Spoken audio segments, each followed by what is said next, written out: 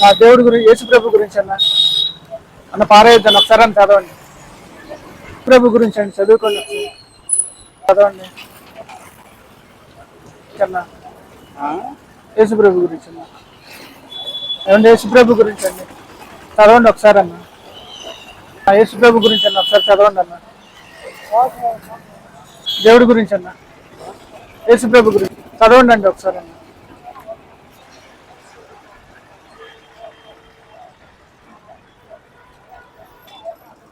దేవుడి గురించి అండి చదువుకోండి. యేసు ప్రభు గురించి చదువుకోండి ఒకసారి పారేయద్దన్న.